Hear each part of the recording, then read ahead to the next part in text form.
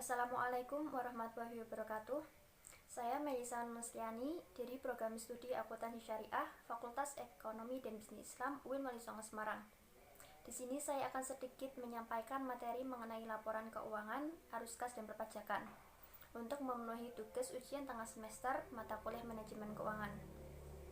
Mengenai laporan keuangan, jadi definisi laporan keuangan menurut standar akuntansi keuangan adalah proses pelaporan keuangan yang meliputi neraca, laporan laba rugi, laporan perubahan ekuitas, laporan perubahan posisi keuangan yang disajikan dengan berbagai cara, serta catatan dan laporan lain yang merupakan bagian integral dari laporan keuangan.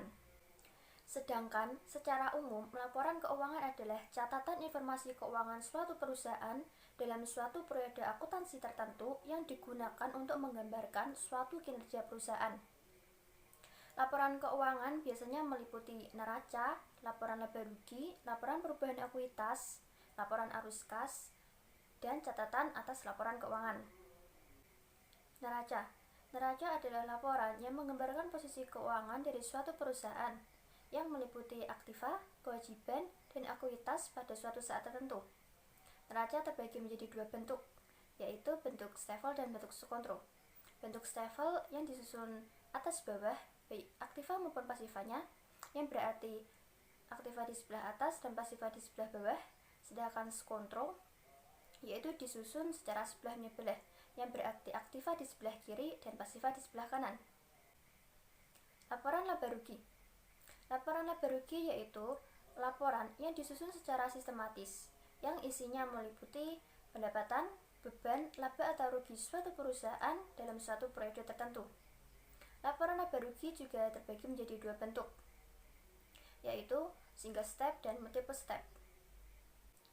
Laporan perubahan ekuitas, atau bisa juga disebut dengan laporan perubahan modal, yaitu laporan yang menyajikan perubahan ekuitas pemilik dalam suatu periode tertentu.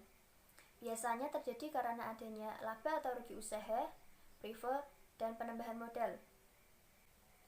Laporan arus kas adalah laporan yang menggambarkan arus kas masuk dan arus kas keluar dalam suatu periode tertentu.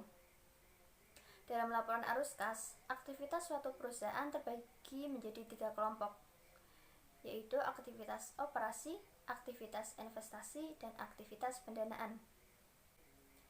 Catatan atas laporan keuangan, yaitu sebuah informasi maupun catatan tambahan yang ditambahkan untuk memberi penjelasan kepada para pembaca atas laporan keuangan. Selanjutnya arus kas. Arus kas terbagi menjadi dua, yaitu arus kas operasi dan arus kas bersih. Arus kas operasi yang berarti arus kas yang terkait dengan operasional perusahaan pada masa periode tertentu. Sedangkan arus kas bersih yaitu selisih antara pembayaran kas perusahaan dan penerimaan kas. Dan yang terakhir, pajak dalam laporan keuangan.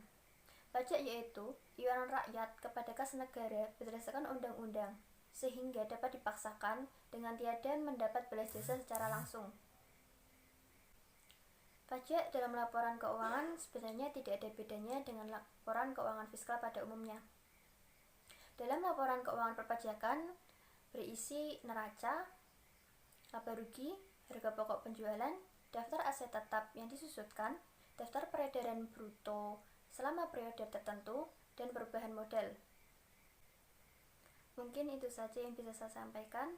Kurang lebihnya mohon maaf. Wassalamualaikum warahmatullahi wabarakatuh.